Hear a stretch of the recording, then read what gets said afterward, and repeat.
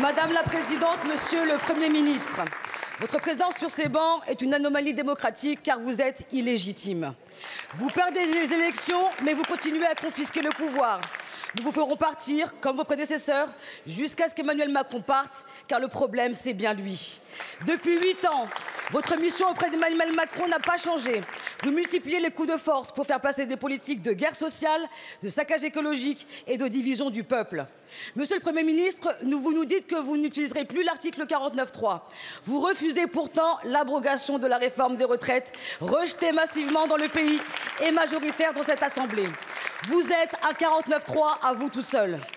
Votre suspension n'est qu'un écran de fumée. Un stratagème grossier qui masque mal le budget de violence sociale que seuls les naïfs refusent de voir. Des coupes budgétaires qui écrasent les plus faibles et cajolent les plus riches. 30 milliards d'économies sur le dos des retraités, des malades, des chômeurs, des apprentis. Pour nous, ce sera la censure. Nous refusons d'emblée et en bloc la saignée dans l'hôpital, dans nos écoles, ou encore la suppression des APL pour les étudiants étrangers.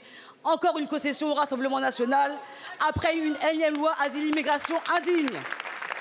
Élu pour faire barrage à Marine Le Pen, Emmanuel Macron l'aura érigé en allié qui le protège quand il s'agit de proposer sa destitution.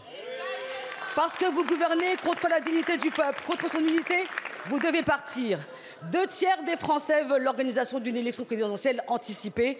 Fidèles aux aspirations populaires, nous redéposerons une motion de destitution. Monsieur le Premier ministre, il y a un devoir infiniment plus noble que la fidélité au chef. C'est le devoir du démocrate de se soumettre à la volonté du peuple.